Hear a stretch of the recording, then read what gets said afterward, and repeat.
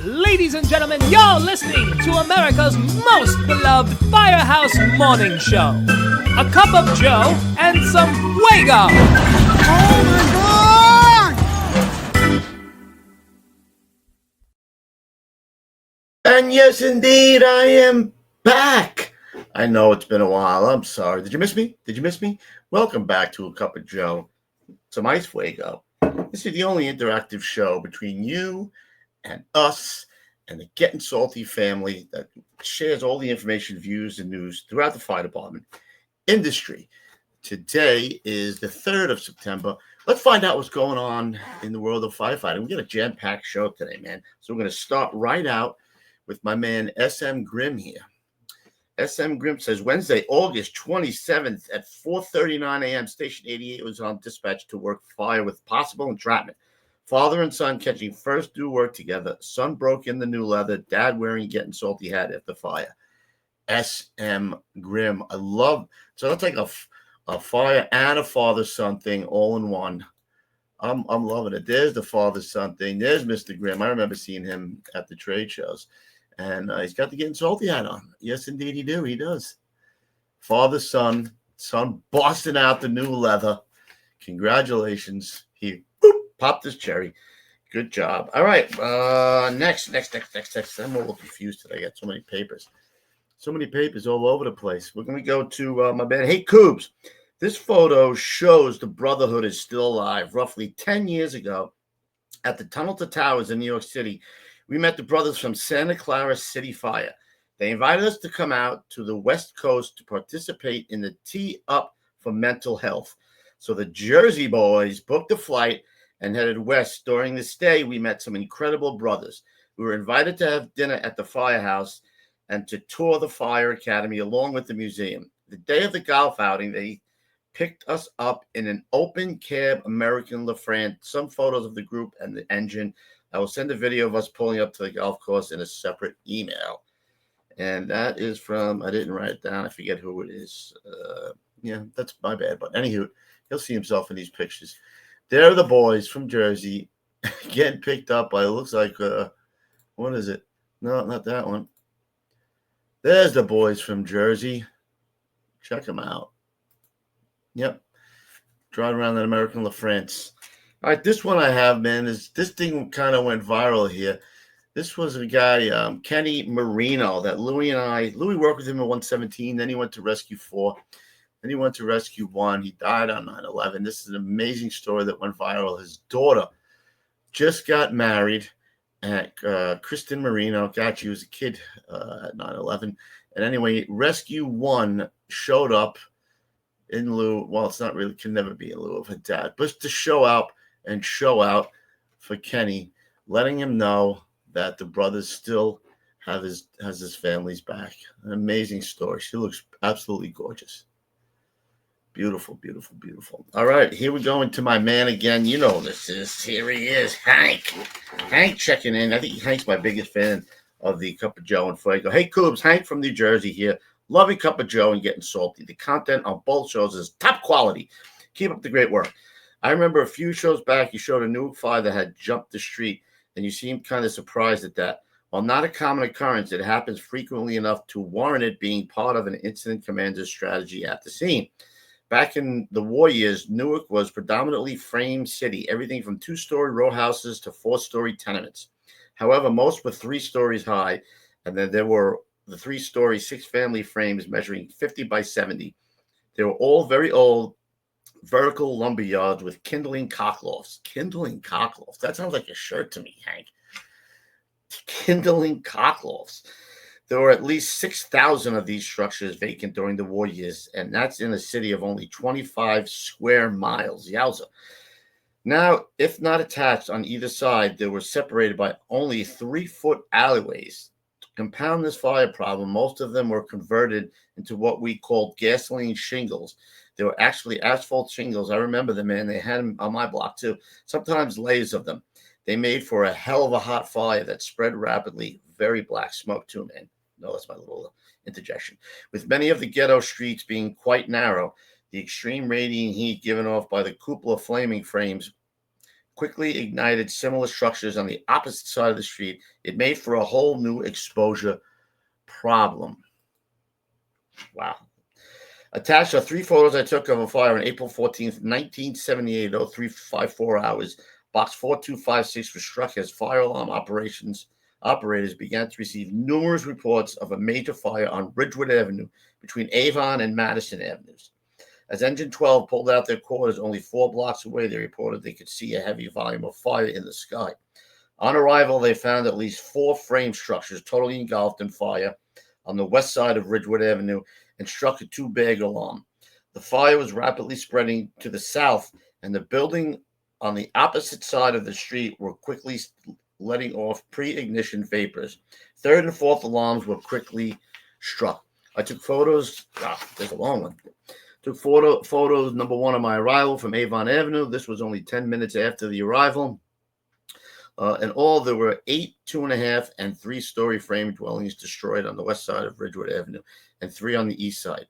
In addition, flying embers ignited the apartment house on Belmont Avenue to the east and a 2.5 frame dwelling on Madison Avenue to the south. 7 vehicles were also destroyed.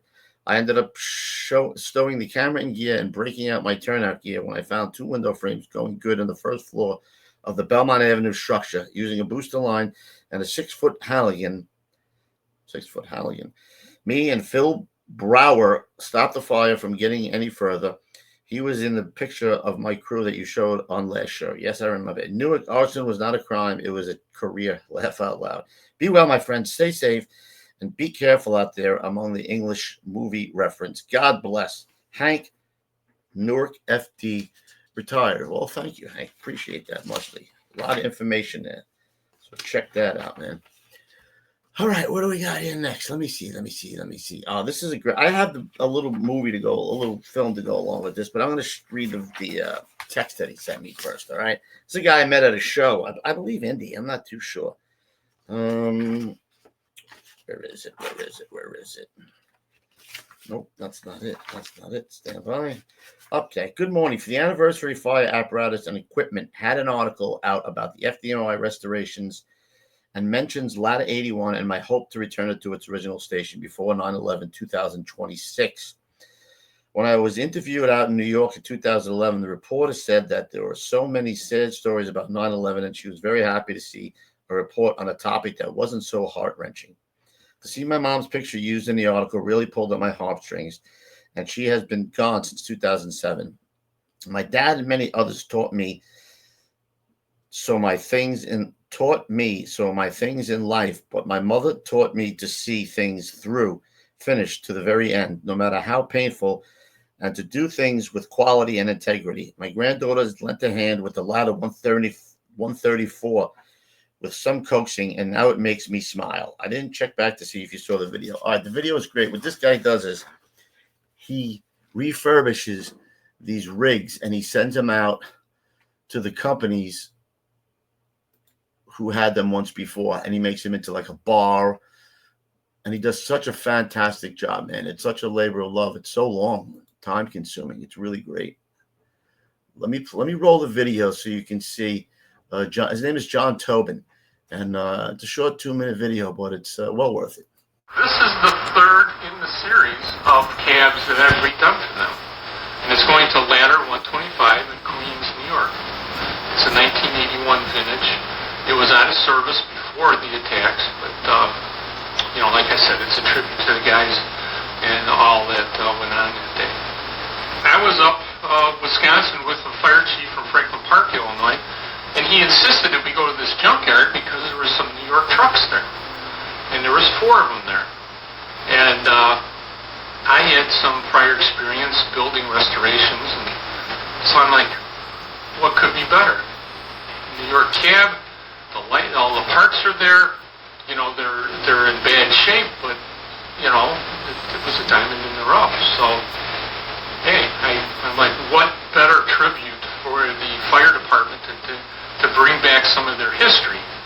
We hauled the generator up there, we hauled torches, we hauled tools up there and saws, and we basically surgically removed the very front of the cab from the rest of the chassis. And, of course, when we brought it back, it was in dire shape. I did some welding and fabricating, put it on wheels.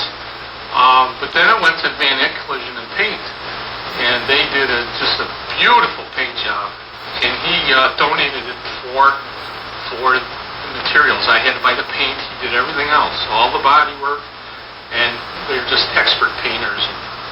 Budget Signs, another Elgin company on Spring Street, they did the lettering for free. And then an expert countertop builder built the top for it. There is not one straight line on that top. Very difficult to make. And all these people were just pulled in with this emotion that they were able to do something for the people out in New York. And this restoration will be there for many, many years, and long after I'm gone. So it's really something that comes from deep in the heart, and my devotion to the fire service and what I've done for 35 years. So as you can see, man, it's a time-consuming labor of love for this guy. He does such a fantastic job, and I wanted to give him a little shout-out. If I can find this picture now so I can get it back in, that would be lovely. There we go. Yes, okay, it's time for what took place on this date in history. And we're going to go with, I never heard of this one, but we're going to go with, okay, this is called the Study Club Fire. The Study Club Fire killed 22 people and injured over 50 in Detroit, Michigan in September of 1929. The club was located in the old theater district at 65 East Vernon Highway in Detroit. Until the fire, the Study Club operated as a speakeasy nightclub where alcohol was being illegally sold during Prohibition. The fire is a historic case study of disasters in nightclubs, specifically dealing with the hazards of flammable materials. The fire occurred on a Friday in September of 1929. The official cause of the fire was not determined. It is assumed the fire was caused by a discarded cigarette in the stairwell, which was lined with flammable draperies and decorations that led to the second floor. The owner of the building believed the fire to be a result of a bomb. The stairwell was the only means of egress for the second floor patrons. Over 20 people were killed and 55 injured. Some patrons managed to find their way to the roof and escape by jumping from the building. Many of them suffered broken legs. Most windows were blocked with boards and were inaccessible even to firefighters. The majority of those who died were in their 30s. What a nightmare, man. So that is the Study Club Fire of Detroit in 1929. So I make this one bigger. I don't know if that makes it bigger on your side. It makes it bigger on my side. But anywho, all right, let's go to the videos. We got a couple of videos, and believe it or not, I don't even have the FDNY video on this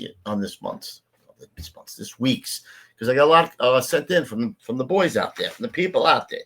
So I'm going to start out, I believe, with videos of fifth alarm fire in Lawrence, Massachusetts. The fire was in 5 buildings and took several hours to extinguish. Multiple mutual aid companies. James Peruta.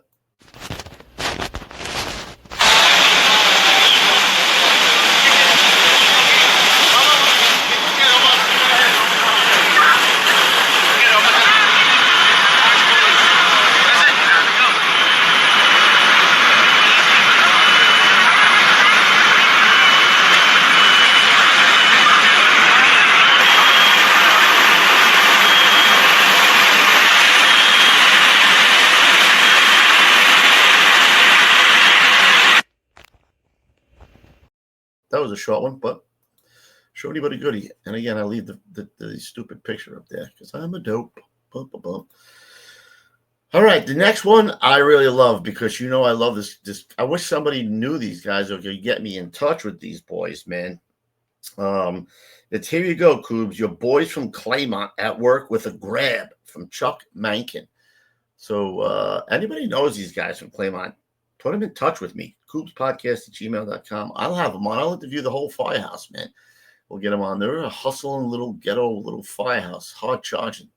Let's check them out, making a grab. You dispatched the assignment to 208 Market Street, Market Soak for the working building. got it now. You're confirming it is working? That's correct. Smoke showing and fire showing from rear. Battalion is on scene. Got smoke fire showing from the rear, 1014.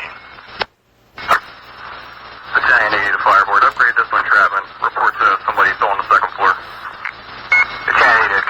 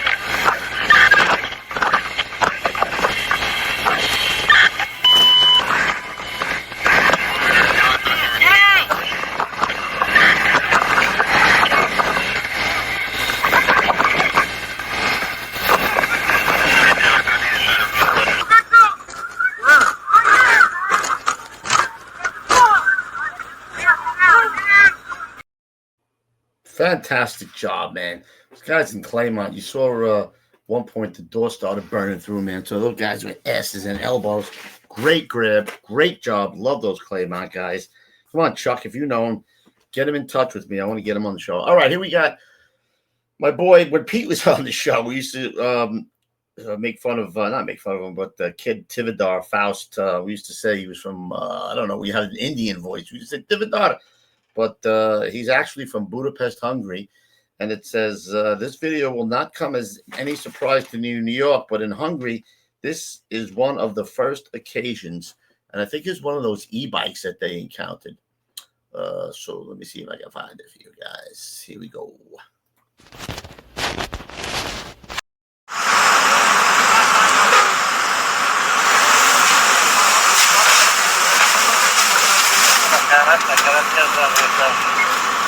Jelentkezik a kérdése, hogy fokozatelemés nélkül egy mentőszer vétel.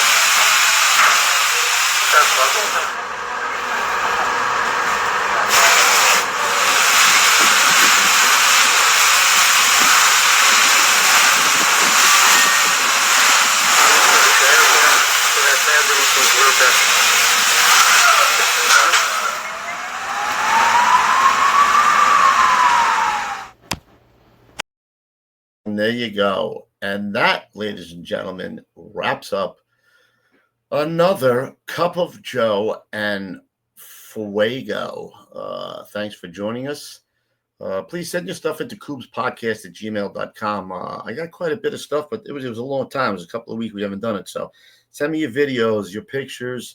I don't get any tables anymore. I love the kitchen table. We always say it's the firehouse kitchen table. Send me the kitchen tables, tattoos, father, sons, anything you got, send it my way, and I'll put it on the show like Louie and I say. We'll make you famous. And also check out the membership we got. I just finished the documentary for the Fire Patrol. It's going to be like 2 or 3 parts, but get over to our membership. That's all original content. It's $4.99 a month or something. You get the history of the Halligan, the rescues history, or Paul Hashhagen stuff we do. And now you'll have the Fire Patrol. All right, guys, send over your stuff. As always, God bless. Love you guys. Please be safe.